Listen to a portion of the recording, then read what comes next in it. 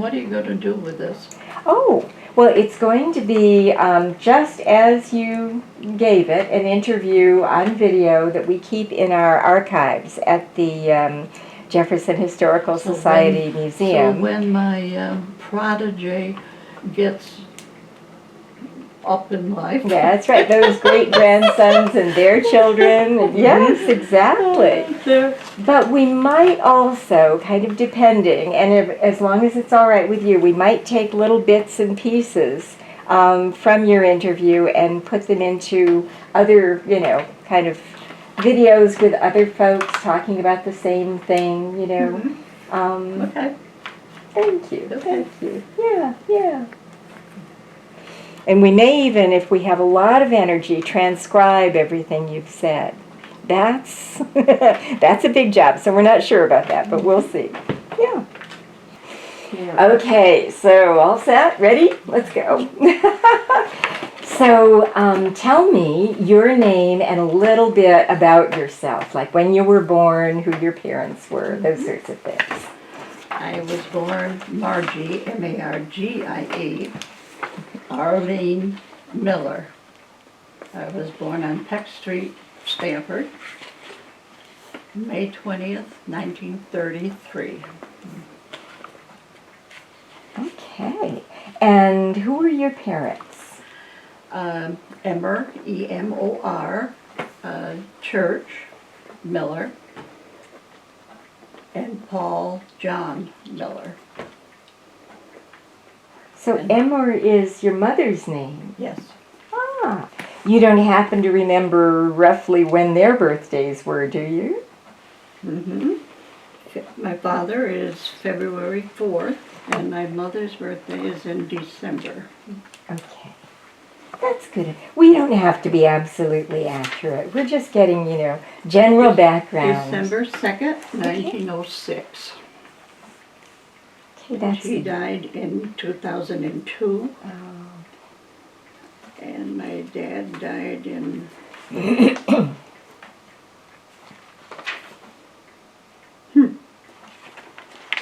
My parents separated when I was very little, so I don't have his in here. Oh, so you grew up with your mom?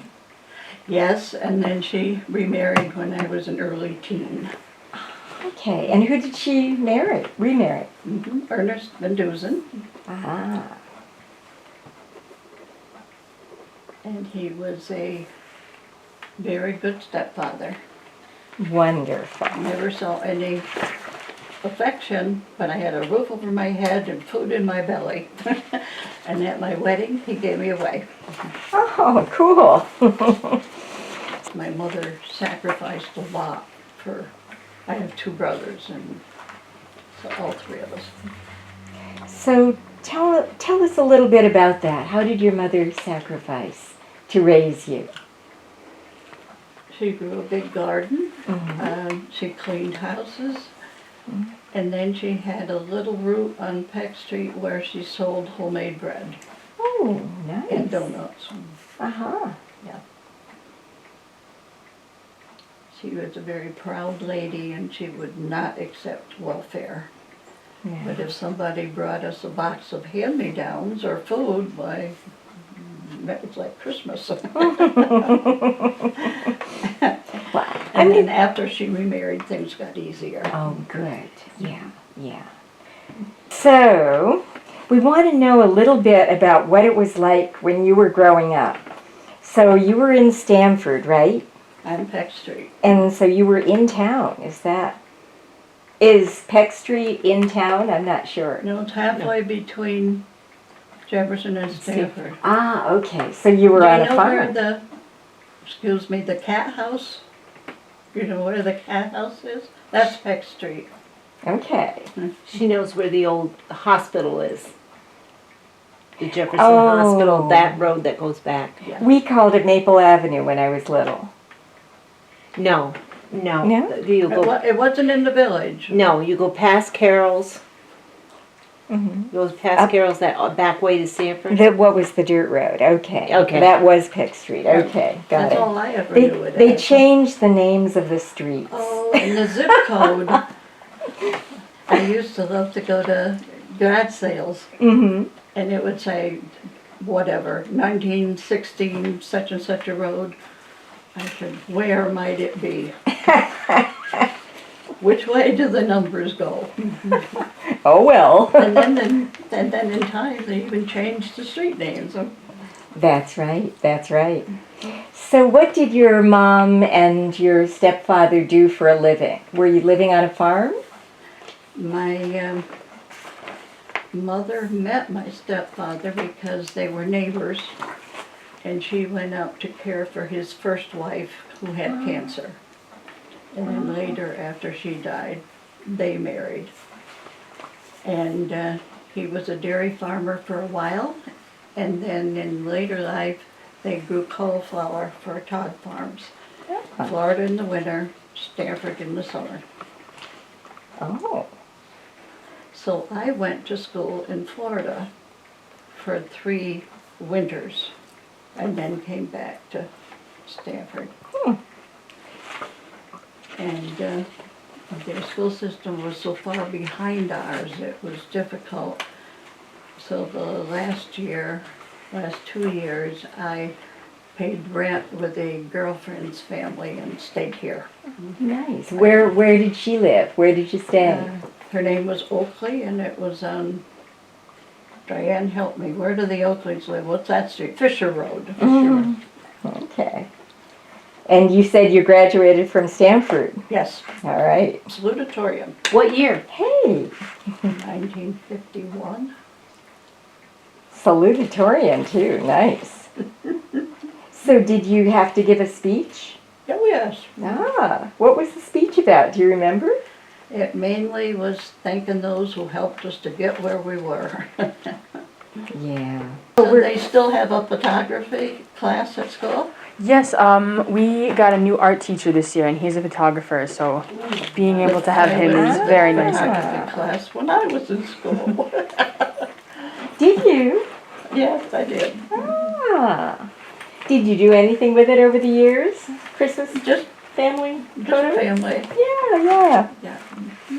Back to your parents a little bit. Do you remember how they met and how they fell in love and got married? Was there any story that they told about that? Courtship. I don't know all of it, Yeah. but my mother's family was very musical. And it was quite common to get together on a Saturday night, and you'd move the furniture back and roll up the rug and dance until midnight. Had to cease at midnight.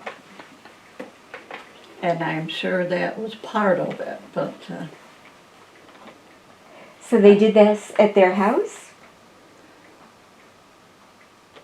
I don't know whose house it was. One of the family members. Right. One played the mandolin, one played the guitar, one played the fiddle, one played the piano. We had our homegrown band. Wonderful. And I remember going maybe 4 or 5 years old, and always had refreshments, and this nice cake come in, and I said, "Would you save me a piece of cake?" Because I had to go to bed. Oh. And the next morning I went to get my piece of cake, and Mother said, "I'm sorry, but they ate it all." Must have been a very good cake. Oh. It's funny what you remember. Hey, I was just thinking that. Yeah, it is.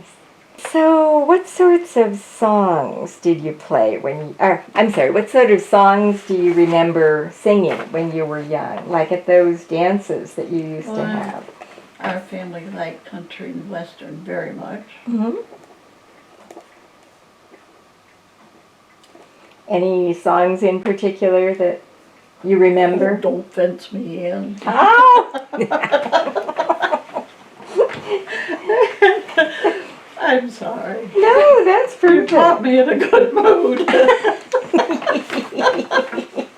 No, seriously, that's what the song was, wasn't it? Yes, it was. Absolutely.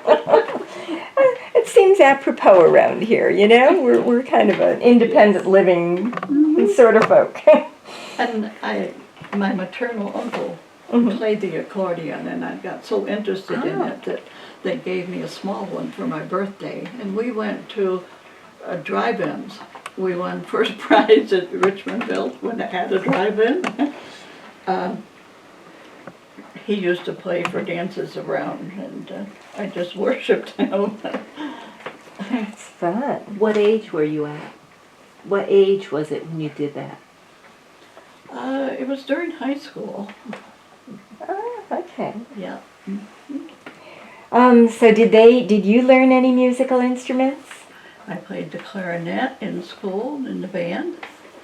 I played the accordion somewhat.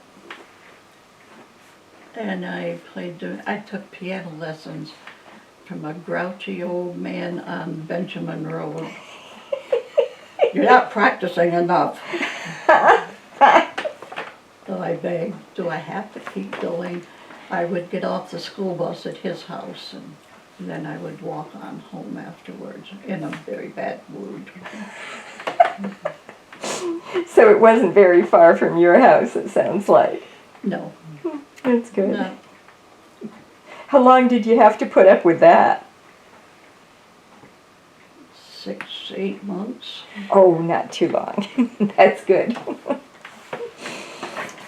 Oh, let's see. And I didn't practice enough because I didn't like it. Right. That happens to a lot of folks. What was Christmas like at your house? We usually went to my maternal grandmother's. Spent the night. Now, what was her name? I'm sorry, I didn't get that down. Mabel Church, Ah. and she lived in East Meredith. And did she already have a tree up? I don't remember the tree. I remember I got a doll carriage with a doll, and I pushed it all through the house. That's About all I unusual. remember. That's a big present. Yeah, it was. Yeah. Do you still have the doll? No, Aw. no. I'm surprised. I have everything else.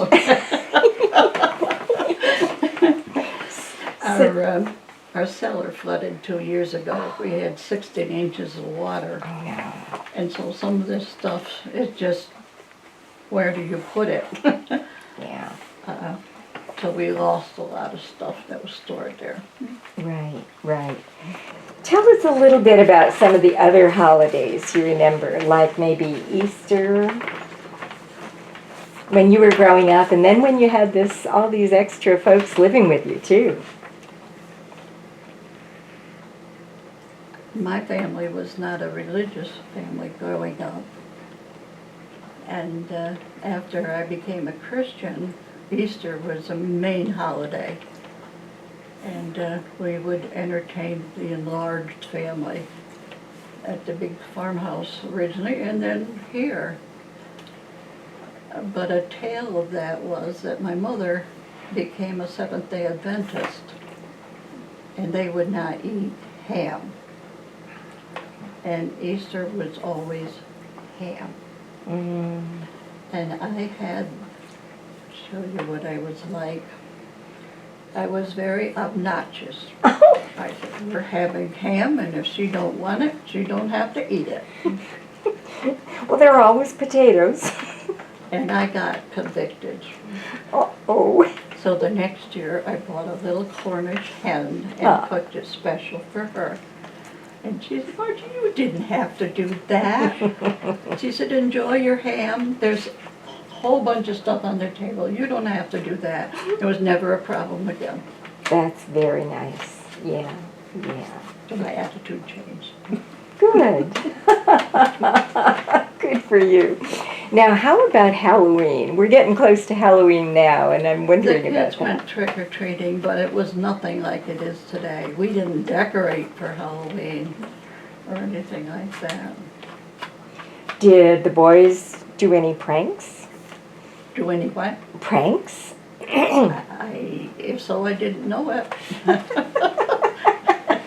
They kept them to themselves, okay. What sort of games did you play when you were a child? Do you remember? Harem. What's that? It's a board game. It has a board with 4 pockets, and you have little round wooden things, and you click them with your finger. And it also had a domino part of it, checker part of it. You turn the board over. Carom, sorry. But not cards so much, or board games. Growing up, no, no cards. My husband's family wasn't big on cards, but they played dominoes, and they would, not the normal dominoes, it was called 42. And it was like a card game, but you used dominoes. That was acceptable where the cards were not, until later.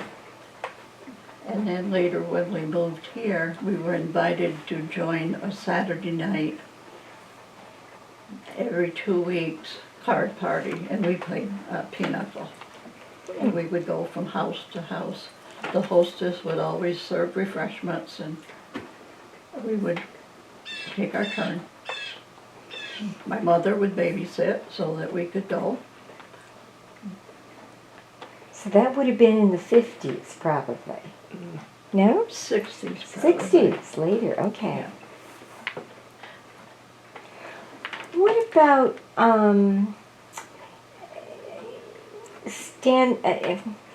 jumping rope or hide and seek or some of the physical Oh yeah, kick games? the can and something on the King of the Mountain, yeah. Oh. And we had a hay mow with a Uh-huh. rope, and they would go up in the hay mow and grab hold of the rope and swing like Tarzan. Oh boy, that must have been fun. A little scary too. All homemade fun. Yeah, We didn't have a lot of money, so we made our own fun. that's right. So tell me, you had 2 brothers, I think you said. What were their names? Or are their names? The older one's Thayer, Thayer, which is a family name. And then the second brother is John Paul. Okay, and what did they end up doing as occupations? Well, the older brother was in the service during World War II. And he came out and went to Albany Business College, worked for International Tractor Company. And then they both were, retired from Agway. Where was your older brother, Thayer, stationed during World War II? Do you He remember? was in Japan for a while. Japan. So that was immediately after the war cleaning he up. went. Yeah. Did he ever tell any stories about that experience? No, he sent some pictures home. Mm-hmm. He asked if I could get him a good camera and mail it to him, and so he did send me some pictures. Okay,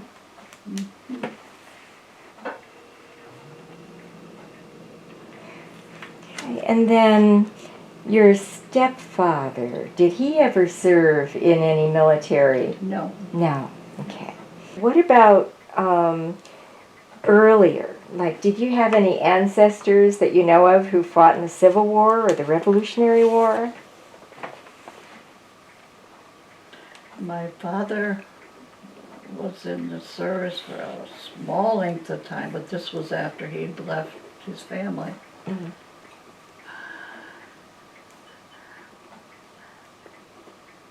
Yeah. Yeah.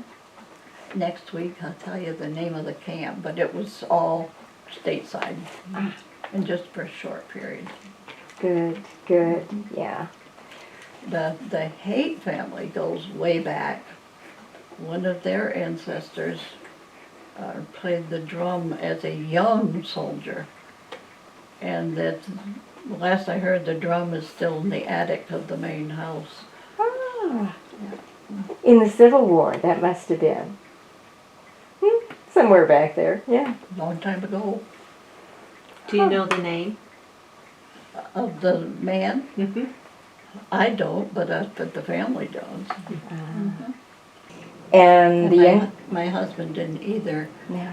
as he was a 4F. He had one leg shorter than the other. Ah. And he was needed on the farm. There was a Right. farm exemption. So tell us a little bit about how you and your husband met. On a blind date. Oh, really? I think it's in that book. Yes, yes.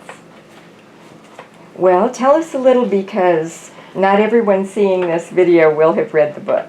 Okay.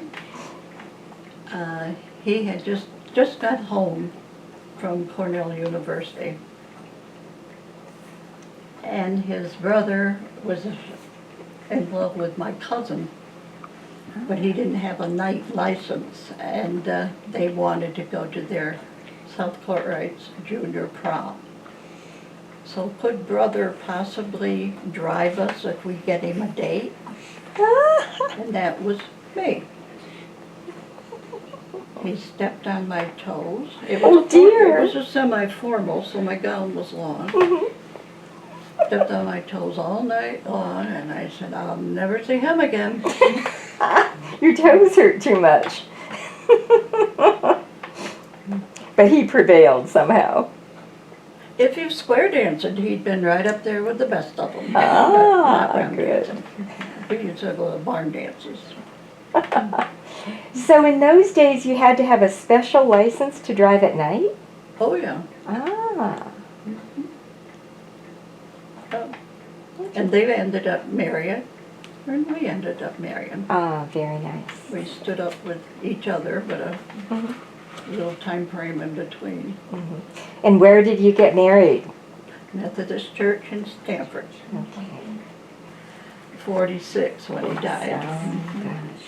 It would have been 69 this year, something like that. So you were married young. Right out of high school. Wonderful. There were 4 of us girls in our graduating class, was all married that summer and early fall. Wonderful. Yeah. Yeah. That would have been about 1940. Or, no, I'm wrong, 50. I graduated in 51 and I was married in 51, end of September. And where did you live after you got married? On the family homestead in Hobart, or Roses Brook out of Hobart. Did you have your own place, or did you stay with your parents, or how did that work? We had half of a house with one of his brothers in life, and half of the house, and we had the other half. Okay. And it was the custom at that time that the farm, over several generations, that the farm would go to the youngest son, and we were not the youngest son. The youngest, not the oldest. No, the youngest. Huh. Until as the older ones got up, they moved on. So we started looking for a place, and we ended up here.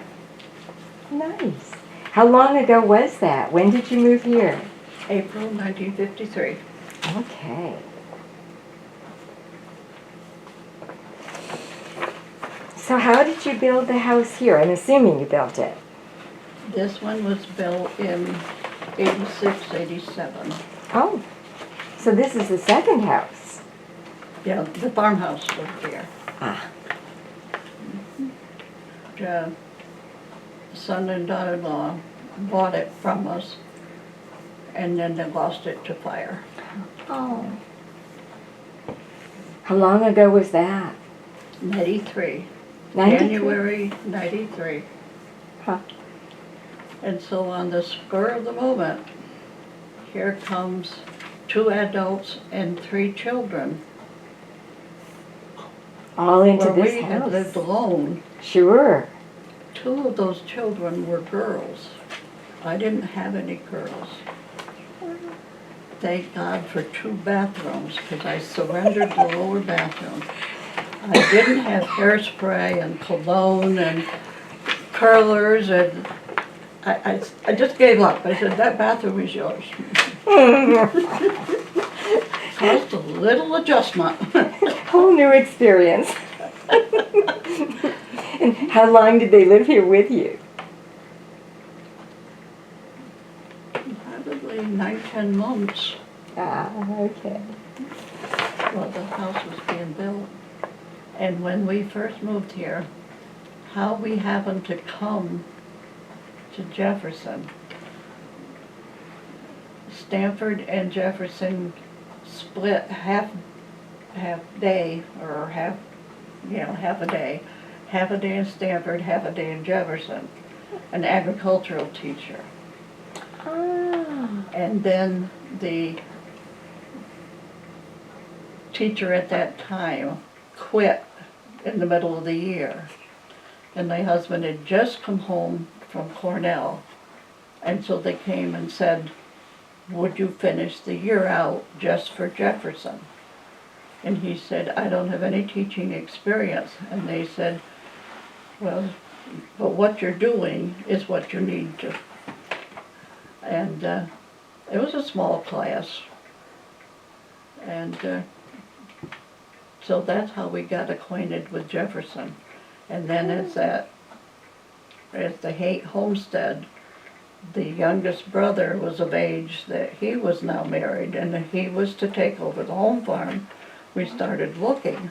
Mm-hmm. And the man or two men that held the mortgage on the place had heard about that, and they came to us and said, come look at what we have. And this was sold at a public auction. Oh my. Who- Good price then. Who owned it before you? Otto Engler, he was a plumber. Oh. And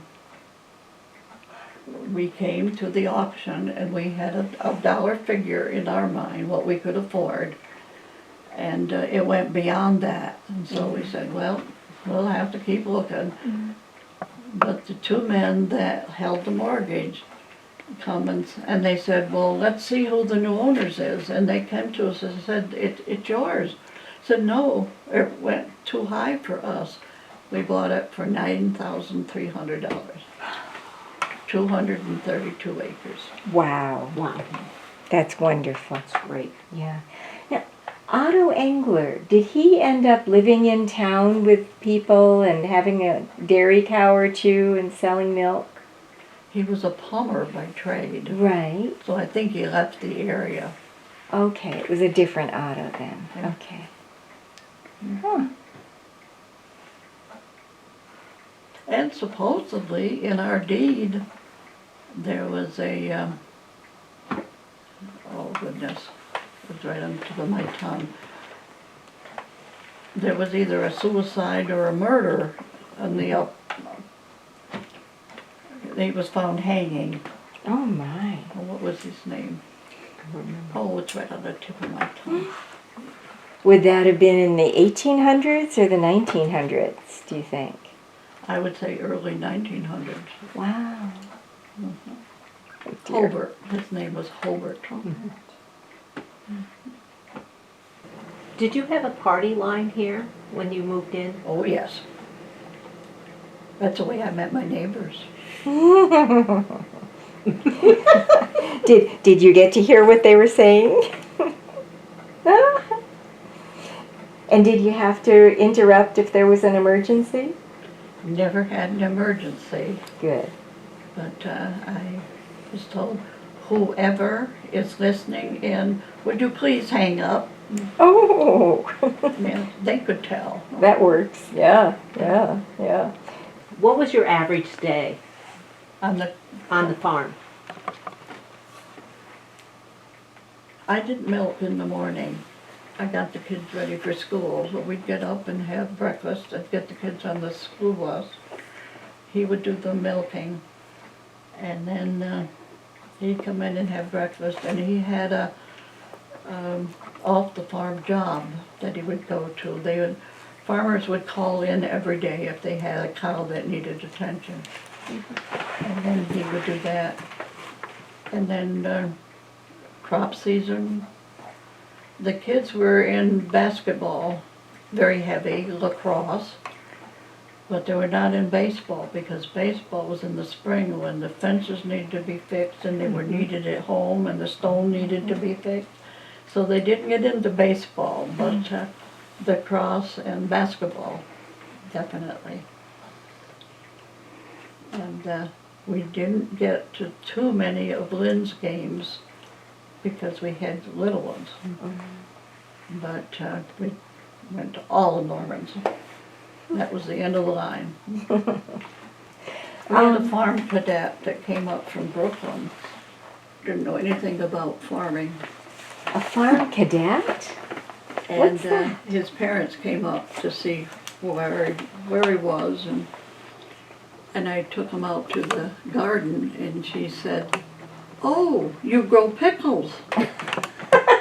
I said, "We grow cucumbers and we make pickles." And she said, "Well, how do you do that?" And, yeah. How fun.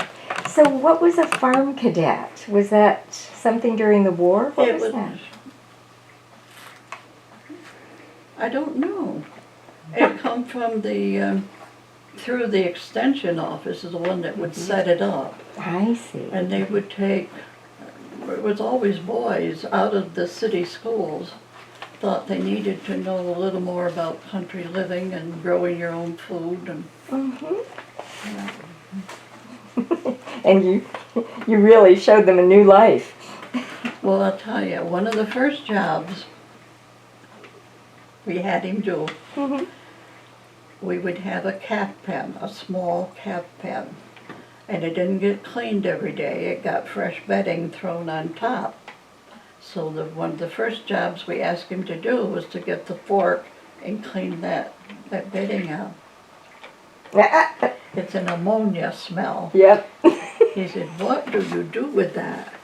And my husband said, "Well, we put it on the potatoes." That boy wouldn't eat a potato for the rest of the summer. The things you learn on a farm, huh? A real nice kid. We stayed in touch for a long time, but he didn't like that job. Did he ever come up to visit again? Oh, yes. Oh, that's nice, yeah. Did he ever do anything for you on the farm again? Any work? No, Ah? no, it was just that one year. But his family came, his parents and two sisters. They wanted to see for themselves. Sure. You had a lot of chickens, am I correct? Oh, we brought chickens with us from South Courtright. We started them as pullets, and they were just the GLF egg truck came. Every small farm around here had a flock of chickens, and we would ship them in a 30-dozen crate, and the truck would go from our house to the neighbors to the next to the next. And so that was income that was coming in before some of our young stocks come into production. Until we got a freezer. Big freezer. And that's where the meat mostly went. It was awfully handy to take that quart jar, say it's chunks of beef, and it's gravy, juice, pop that lid, put it in the saucepan, thicken that gravy, and put it on mashed potatoes or whatever. You could get supper like that. You didn't have to put it in the oven for 3 hours. It was done. And the same with the chicken. Yeah. Did you bake a lot for the family?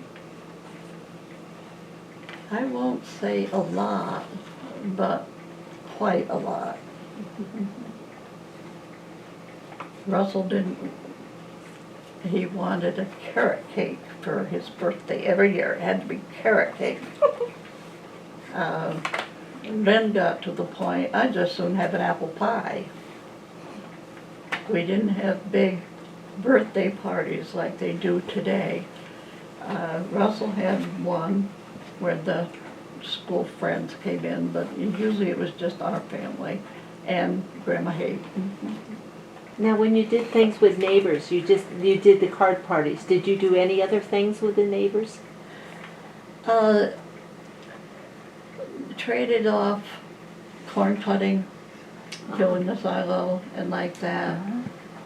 And whoever farm they were doing that day would prepare the meal for the workers. And then they'd go to the next farm, and then you wouldn't get involved with that, the men would. But that way, not every farm had to buy an expensive chopper and wagons and whatnot. They would do it there with the shared labor. The same with haying. The Vamasey farm, we did haying together with the, and we cut his hay and put his hay in, cut our hay, put ours in. Good. Do you remember having any horses on the farm when you were young? Horses? Yeah, No. no.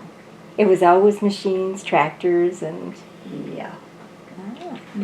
Now, did you sell any products, like maple products off the farm or anything? Did you do any of that? Eggs and chickens. There was a boarding house, the Nichols had a boarding house, and every Sunday, they'd put the order in ahead of time. They wanted 2 chickens, freshly dressed. So Saturday was dressed 2 chickens for them. And how much did you charge for that? Do you remember? No. I remember plucking the chickens. Not the Oh, money. A lot of work doing that. And then we sold eggs, and we would put the money in a kitty, and that would be our Christmas money. Yeah. Not the milk check, but the egg check. Not from the Agway truck, just the farm sales. People would stop in. We made maple syrup, but we didn't have an evaporator. It was just a nice big pan on cinder blocks in the backyard, enough for our use and candy and like that. Did you make homemade ice cream? Oh, yes. Both this kind and electric one. Yeah. Well, you did some canning, I think. I heard that. Tell us what you can. I did can chicken and meats, but not a lot. It was mostly garden and berries and apples and jams and jellies and pickles. And Lots then, yeah. And was that when you were little with your mom, or was that all your life? I don't remember. I'm sure my mother can, but that was since we moved here. What about food? Well, we've talked a little bit about it, but do you have any special family traditions? I mean, you canned all of those foods. What sort of dinners did your mom make usually? Do you remember? Was there some special? Well, to this day, I'm not overly fond of home fries. You know, you go out to eat, and someone said, "You don't like home fries?" And I said, "It brings back a bad memory. The day that somebody didn't go get the milk so that we could have cereal, Oh dear. we had home fries." And so I connected it with a not so good. Punishment. Yeah. Well, no home fries. That's good.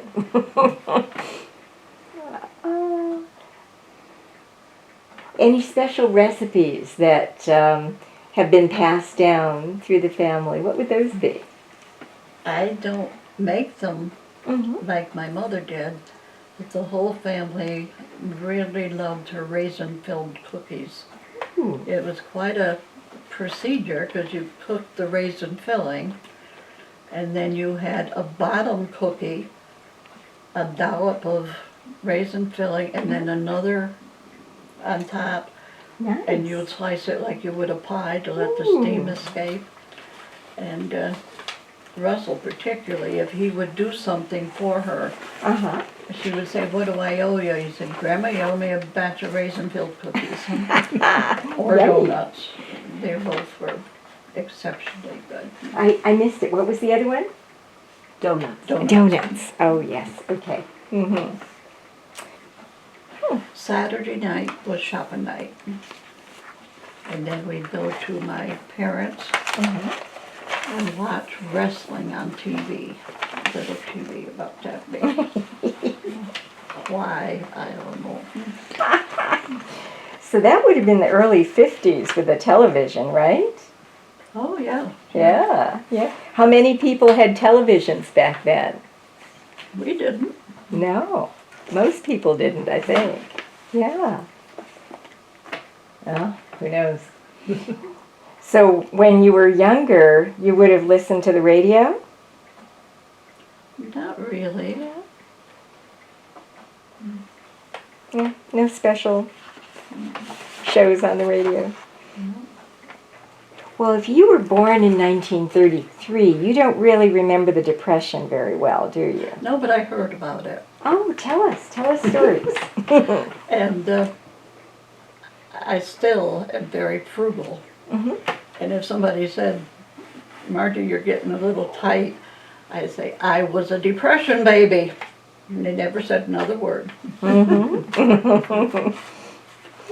So do you remember stories your parents would tell about what they had to do during the Depression?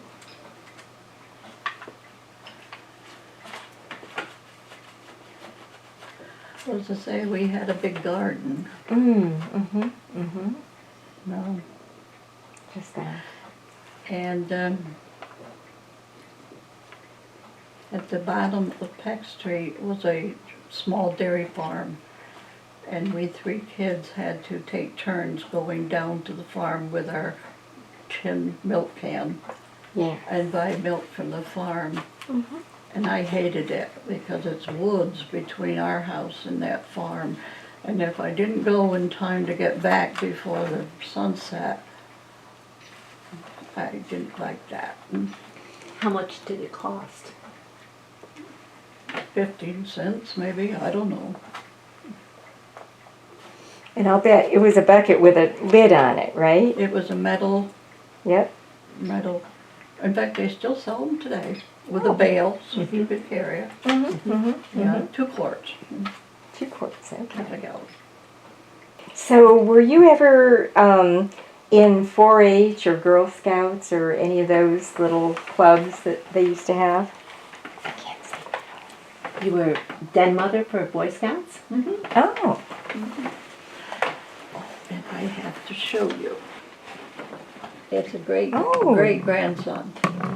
They had to cancel it because of the pandemic, but they're going to do it this afternoon. Oh. And what is it? I can't see. It's his Eagle Scout Award. Oh, wonderful. And what's his name? Andrew Mamathay. So they still live up here. How wonderful. The whole family, generations and generations, are here. His father was an Eagle Scout, his uncle was an Eagle Scout, and now he's an Eagle Scout. And turn it over on the back. See, they came up all the way through together. Excellent. How nice. Yeah. Okay, so what about competitions at like the Sunshine Fair or any of those sorts of We things? exhibited cattle, You did? the 2 middle boys. So that'd be your children. Yes. Okay, I didn't ask about them. Tell me how many children you had and roughly, when they were born. 4 boys. The eldest one was 5 months old when we moved here. And what are their names? The eldest one is Lynn, then Russell, Ah. and then Warren, and Norman. No girls. But the boys brought the girls. I have 3 very good daughter-in-laws. Gained daughters. Didn't lose any sons. Yeah. So anything that you remember that might be, that you'd like to tell about having the children or raising them when they were little? What life was like? Well, when the first one was born, we were living on Roses Brook in Hobart. Mm-hmm. And my husband was supposed to be home milking. Well, I was in the hospital, and finally Dr. Brown said, Harold, go home and do the milking and come back. She's not in any hurry. Oh, And he got back in time, so. excellent. And then Russell was 9 pounds even. And Dr. Brown was so proud. Look at this bruiser we got today. And he had a lot of body hair. I don't know why. He doesn't have it today, but so he had to show him off.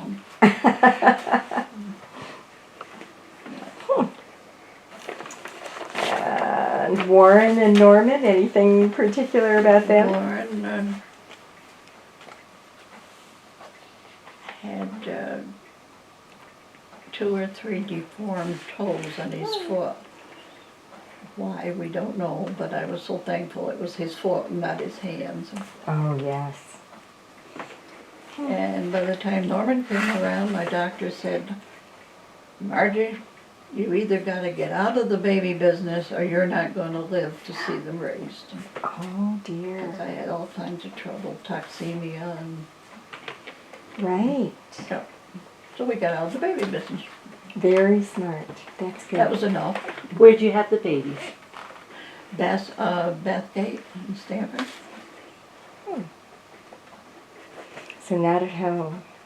Oh, were you born at home? Do you know that? Oh, I'm sure. Yeah. I'm sure.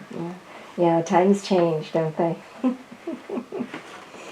So your sons have been very active in the community. I mean, Russell was The fire chief. The 2 older ones, yes. Yeah. Yeah. Lynn was scoutmaster. Mhm. What, did they do other things that were, He's been the judge of the town for 36 years. oh, which one? Jefferson. Well, which Lynn. son then? Lynn. Lynn, okay, I Yeah. don't know. Huh.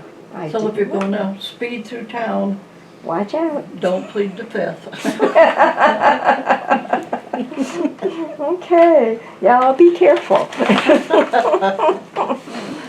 I got stopped because I didn't come to a stop at the 4 corners. Oh, I looked both ways, nobody was coming, and I was taking their youngest daughter to school. mm-hmm. Nobody coming, so I didn't stop. I went right through and pulled into the school. Sheriff pulled in right behind me. Oh, And Megan said, Grandma, what'd you do? I said, I know what I did. I didn't stop. It's just... And then during the interview, they wanted my license and realized my name was Hait. Any relation to Lynn Hait? He's my son. He said, you know, stop means stop. I know, sir. I said, but nobody was coming. He said, stop still means stop, and remember it next time. Yes, sir. He decided he wouldn't embarrass you in front of your I son. decided I would honor that stop sign the rest of my life. Very good. Snowstorms and blizzards. Snowstorms and blizzards. Do you remember any particularly bad snowstorms? Yeah. Mm-hmm. Want to tell us? I have a picture of Lynn building a tunnel, like an igloo, out back of the house over there. Probably 6, 7 feet tall. And it was just a natural where it had blown in. And my husband had an off-the-farm road job, and many times he would get stuck, and they'd have to get wherever he was, their farm tractor, and pull him out. But he had to go. Yeah. Do you happen to remember, I know there was one really bad blizzard in the winter of 57 to 58. 58. Remember that one? We have pictures of Lynn and his dad on Route 10 going into Summit. And the Yes. snow was about 2 feet below the telephone crossbars. And then when I was growing up, South Gilboa, there was an area, it was called the Sulphur Farm at that time. Before you get to Todd's or the Blueberry place, it always would drift in there. Mm-hmm. And they'd have to bring the rotary to open it up. And between Jefferson and Summit, they'd have to bring the rotary plow in. Right, right. Where did that come from? Do you remember? That's all right. Just wondered. Yeah. Another town, though. Yeah. Probably from the west. Yeah. Yeah. Yeah. Well, let's see. Where was I? How about there was a bad storm in the late 30s too, I think. That was before, late 30s or? Yeah, late. That was before my recollection. I Okay. was too little. Old Home Day. Do you remember going to Jefferson's Old Home Day? Mhm. And what particular memories do you have? Did you get involved? I was a demonstrator for Trichem embroidery, and I had a booth, Uh-huh. and you set it all up. And lo and behold, here drives this Cub Cadet's parents. So the gal that was helping me, I said, can you take over? I gotta go home and give them something to eat. There was food on the green, but there wasn't any excess money to buy it. Exactly. And she was not happy when I got back. You stayed away too long. Oh. But, and then Russell was fire chief in Jefferson, and they had a mud wrestling women. I remember that. Yes. And they Forgot came and about dug the mud on the other side of the pond. Oh, that's They where never- it came from. Never had another one. It was It pretty didn't muddy. It didn't go over well in the town. Do you remember that? I do, I do.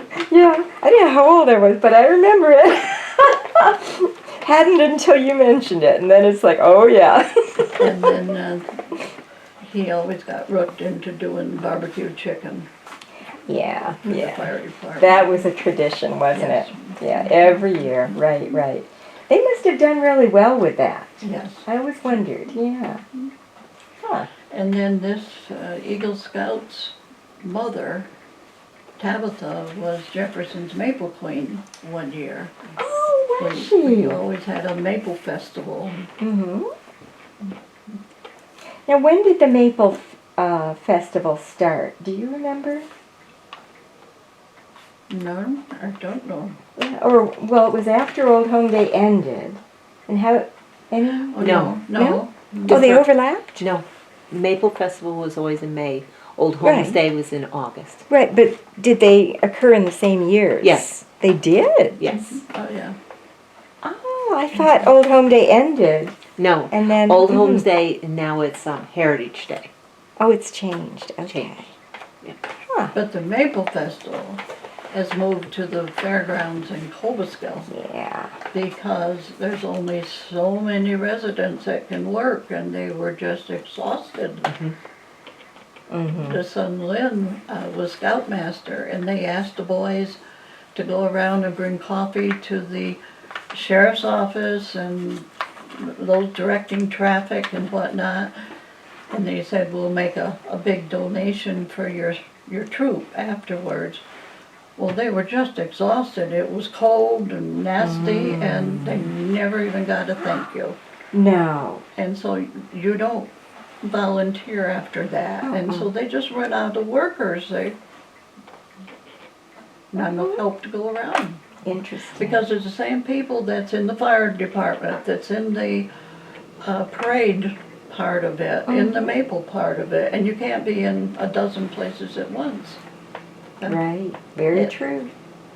Lived out his life, and To tell us about Mitterers and their Mitterers General Store and Yeah, they their had a soda fountain. Hmm. in it. Wasn't Yeah. it Metters or was it Hewlett? It was Mitterers. It was. Oh, sorry, but your memory is not mine. Yeah. Yeah, yeah. Did you ever get anything there that you especially liked? Not in particular. Yeah, There yeah. wasn't any extra money. Oh, yeah. Did you shop at Hewlett's or Mitterers stores? When we first moved here, my husband drove the milk truck, which took canned milk Yeah. from all the neighborhood farms to the South Cartwright Creamery, and I would ride with him. And we would stop at the little store in South Cartwright, and it was always a running balance. And when the milk check came in, you'd go in and you'd pay off your bill. So were you able to do something, set up an We'd account go- with We'd go to Mitterers? Stanford, we'd go to Oh, the Stanford. Victory store. I see. Yeah. The Victory Store, where was that? In Stanford? Where the doctor's offices are now. Yes. Ah, okay. Yeah. Well, there was another one over on the other end of town, Mm-hmm. smaller. Do you remember all those maple trees that we understand used to be on the village green? They were maple trees, but I never paid that much attention to them. Oh, you did. Okay. So you don't remember what they called the bridle path? Only from pictures. Yeah, yeah, yeah. How about the swings and the teeter-totters and the slide? How about the swings and the teeter-totters and the slide? Did you ever play on those? I didn't, but the kids The did. kids did. Mhm. Yeah. They went to Sunday school at the Methodist church right across the road from it. And if they got out before we got there to pick them up, they would be on the swings and slide. Yeah. Now, folks tell me there was an ice cream parlor in town. Do you remember that? No? No, I don't. I don't either. Oh, Diane had some sort of modern questions. Do you remember when there were hippies here in Jefferson? They were hippies in the neighborhood. Oh. What were they like? What do you remember? They were called Bottle Hill. Bottle Hill? Bottle Hill. They were I guess you'd call it folk music. It was a group from a band. Ah. And one particular man, he played the stand-up bass, got to be very friendly with us. He'd come up and buy milk from the milk house. And So did they leave after a while, or did they stay and become part of the town? no, they left. They did, yeah. They left them. Were they well received or kind of resented a little bit, or do you Well, remember? they were druggies. They grew their Oh. own marijuana. We were invited down. Just bring a plate of crackers and cheese or something. And they asked my husband if he would like a beer. I said we do our own homemade beer. And he said, sure. And he said, one taste, it was like, bah! He said, what am I going to do with this? And so he stayed very sociable, visiting and hanging on till he found a place to sit it down. And I was going to say, did he water a plant with it? But it was not his cup of tea. that's great. And this one that became so friendly, they played when the Alaskan pipeline was being built. And they would play from camp to camp to camp. And I don't know how this man had a Volkswagen that he carted a stand-up bass, but he did. And he had an accident and he was seriously injured. Oh, And he come back to see us after he got well enough to come back. I think there's probably still some of the members around doing music. Yeah. I have a, what they called the big 78, is that what they were? Mhm. Of them. Oh, nice. They were good. They Mhm. were good musicians. They painted their walls of the house with burlap feed bags. Little different. Yeah, yeah.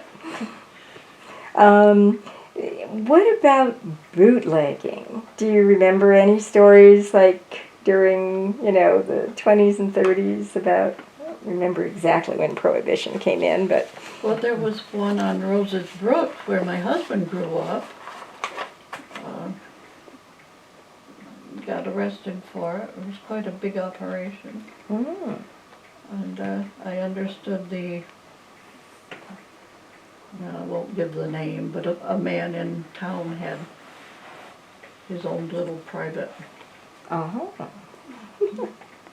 We used to make cider, but it wasn't hard cider. Right. We had our own cider pranker thing there.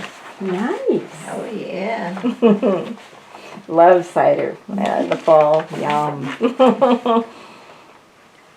You didn't have anyone in your family who was a minister or elder or other church official by any chance? My husband was, I guess you'd call him an elder, in the Baptist church in Jefferson, but we left the Baptist church and went to the Methodist church. Did the Baptist church close down? I don't think I know of one being there now. Oh, it's very active, Oh, very active.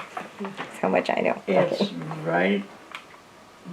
right next door, is between East End Garage and the Oh, Old Grange Hall. yes. Okay. In fact, my husband helped build it. He was the Oh. chairman of the building committee. Okay. That's right next to what was the Ramona Grange. Do you remember any activities that used to happen at the Ramona Grange? Tell us a little bit about those. That's where the Maple Queen contest always were. Okay. We were Grange members in South Cartwright before we moved here, but we didn't join the Jefferson Grange. We had small children and we were trying to build up a farm, didn't have time. Right. What are your best memories of the community? Jefferson? Yes.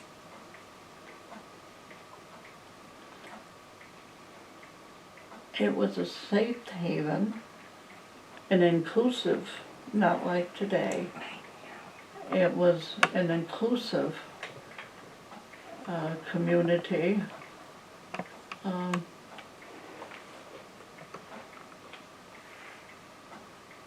As I say, we didn't shop at the local store, grocery store. And we acclimated into it.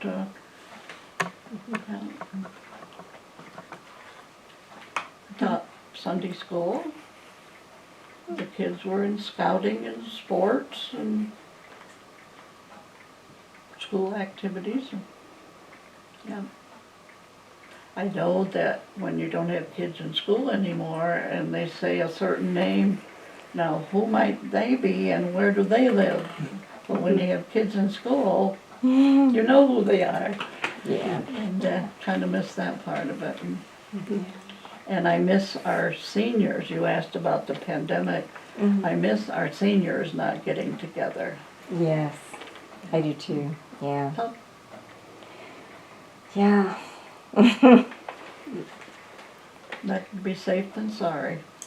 Right. Yeah, we have to be. We have to be. Right. But I have the same memories you do about this being such an inclusive, warm community. It was a community. Yes. And I'm just hoping we can And bring we that were back. welcomed, you know. Yes. Yes. And you felt a part of it. Right. Well, we may have to splice some of this together because we kept going. We couldn't stop ourselves. And it's yours to do with what you Thank want to you. do with it. Oh. It is what it is. It's fabulous. I didn't realize that so many of you, I mean, I kind of knew the names, and I think I may even have known one or two of them in school, but I didn't put together, you know, how much all your family has done for the town. It's fabulous. Yeah. My mother and stepfather bought Captain Theobald's little cottage, and so that's where Missy and Dan have their maple business now. Do you help out with that? No. Good for you. Nope, I could barely walk. I had a hip replacement, and I was doing very well.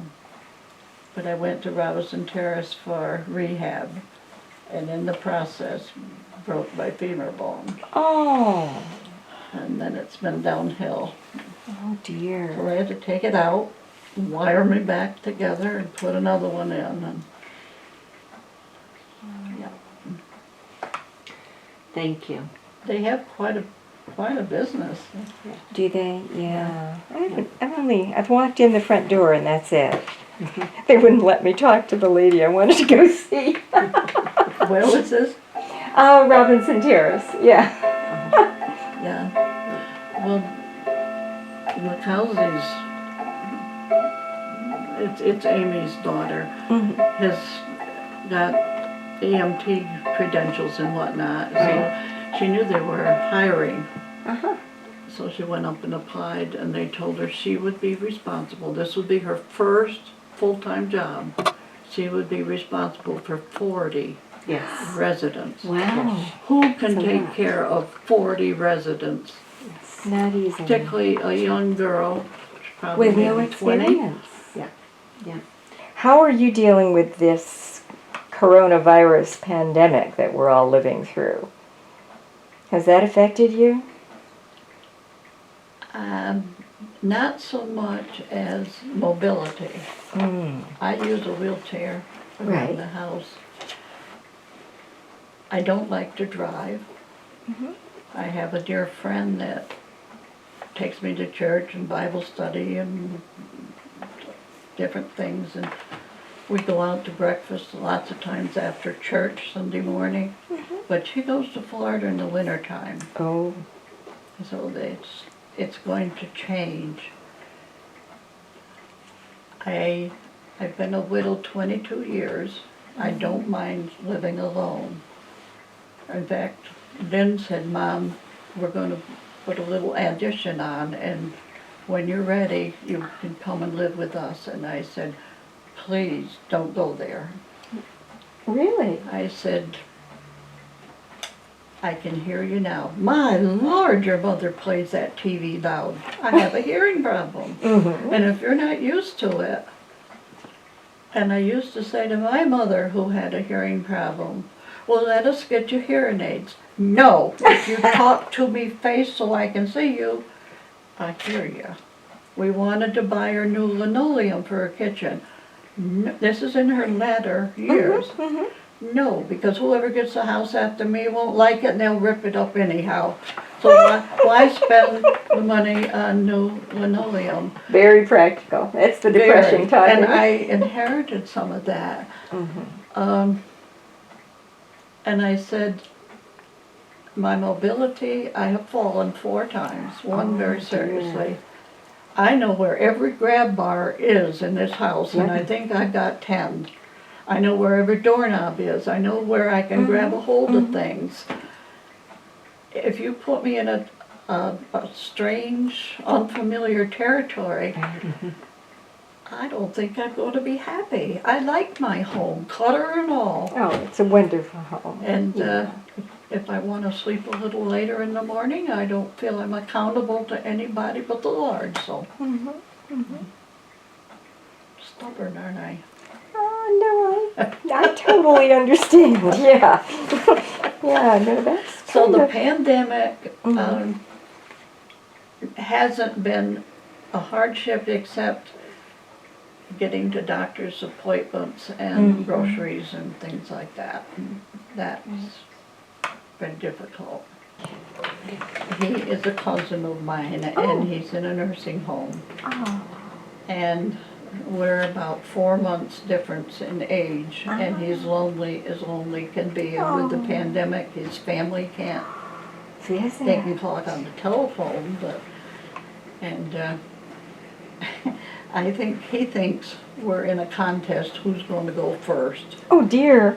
And he checks on me once every day, and sometimes it's 2 and 3 days. If he hears some news on television, did you hear such and such? I said, Bob, I listen to the 6:30 news at night. I haven't heard it yet. So he proceeds to tell me. He wants to make sure you're aware of all the current news.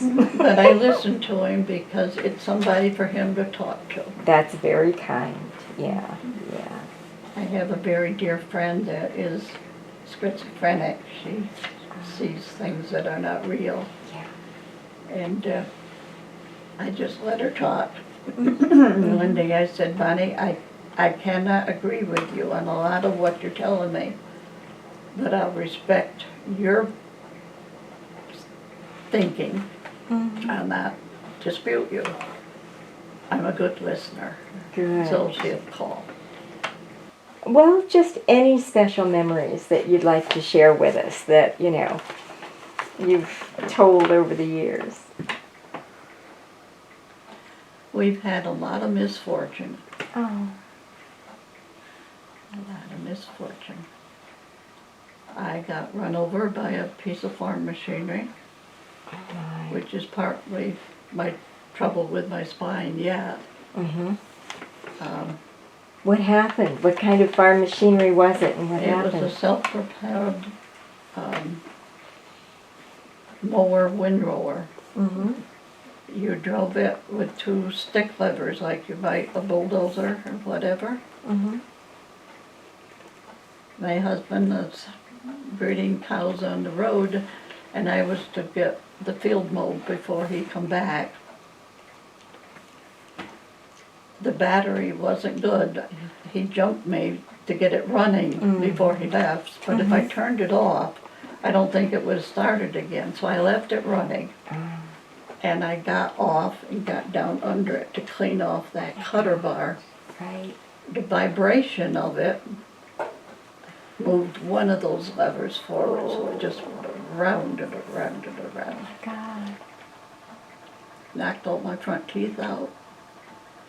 Took my diamond, but did not take my ring or my finger. Never did find my size 8 sneaker. But they did find my diamond because it sparkled in the cornfield. I dragged myself back to the barn and called a neighbor. And they said, who is this? My mouth was so full of blood, it didn't sound like me. And they come up and they said it was quite a job to turn that off, because every time we go to get on it, it would, because there's only one wheel in the back. And one of the spokes of the hay bine got me right in the rear. About that far in, right in the middle of my butt. And they took me up to Dr. Dwell. He got his big brown bottle off the shelf with a big long Q-tip, stirred it up, run it right in that puncture wound. And then he said, you know, I think this is more than we can handle here. I think you better go to the hospital. I was there about a week. Which hospital? Stanford, Bathgate. But he disinfected it, it sounds like. That must have been, yeah. It burned like I sin. bet it did. Oh. Oh, gosh, it sounds like you were really lucky, though. How old were you when that happened? That sounds like you already had children? Yes. The eldest one was in 10th.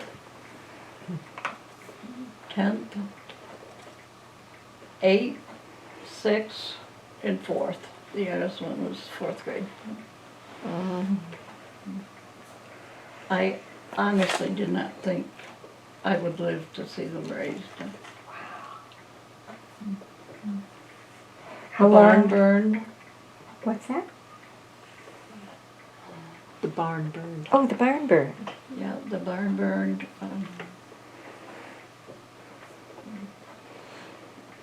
How did that happen? Do we have any idea? It was in October, so the hate crop was all in, and it was a bumper crop. Oh, And no. it was stacked up in the upper driveway, Mhm. quite close to that light. Ah. So was it electrical that did it? Or he had a hired man at the time that we know smoked in the haymow. Oh, wonderful. So we don't know how it started. We just know that we lost everything. Oh, no. What year about was that? Do you remember? 63. Oh, 63. Was there insurance? Was there insurance? There was, but we put up a freestyle style where the cattle run loose into stalls. So it was a cheaper construction, but the original overshot barn only had 36 stanchions, and so when we built much larger. We averaged about 80, 85 milkers after we built the bigger barn, plus young stock. And then the farmhouse burnt after my son took over. Right.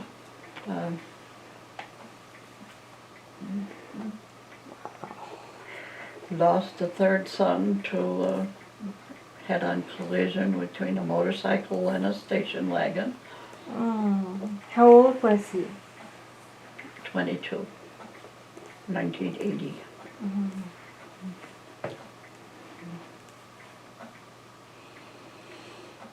Hard times. Yeah. But God saw us through. My faith is a big part of my life. It really helps. I didn't always know him. And just family folklore. You mentioned that your oldest brother's name was a family name.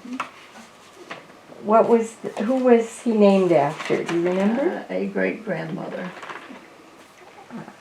We have a Thayer.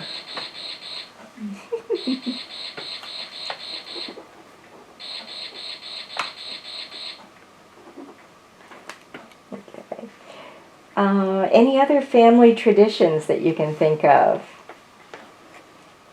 Like special sayings or expressions?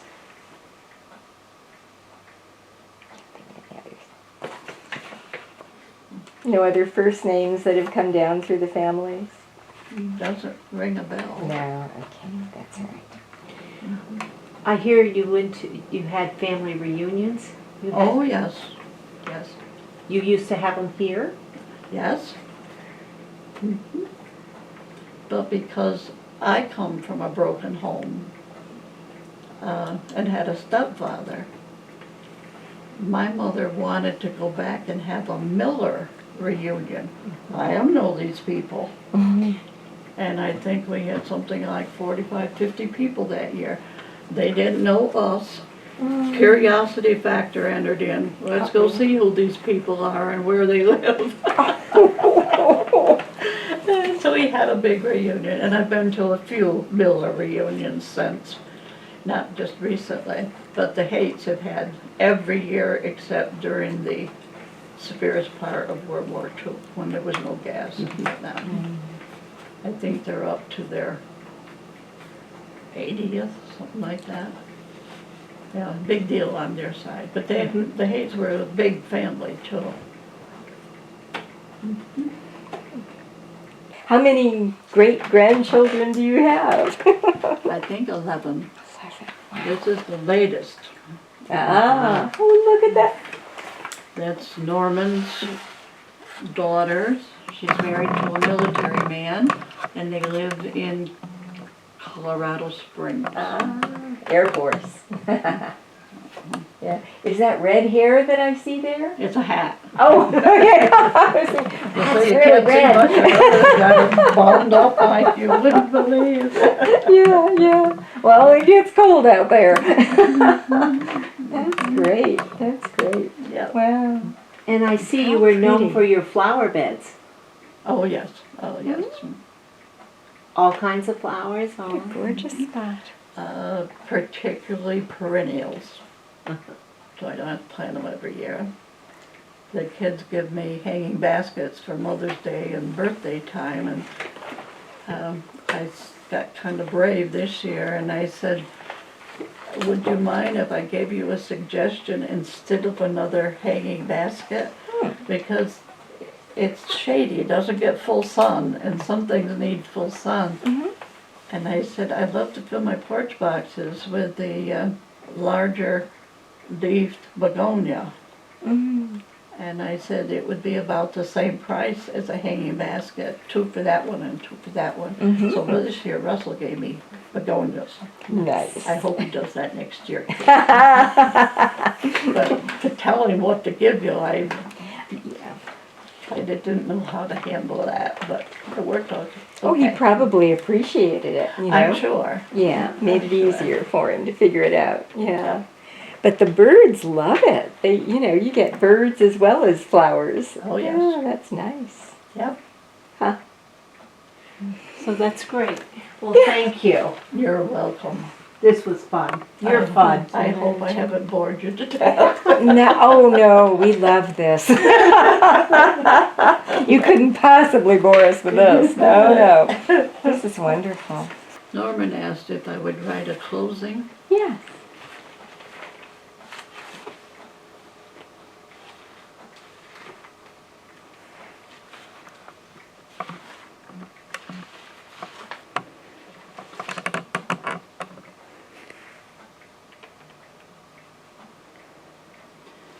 Mom noted that reminiscing about these experiences that have shaped us into who we are today makes her grateful to God.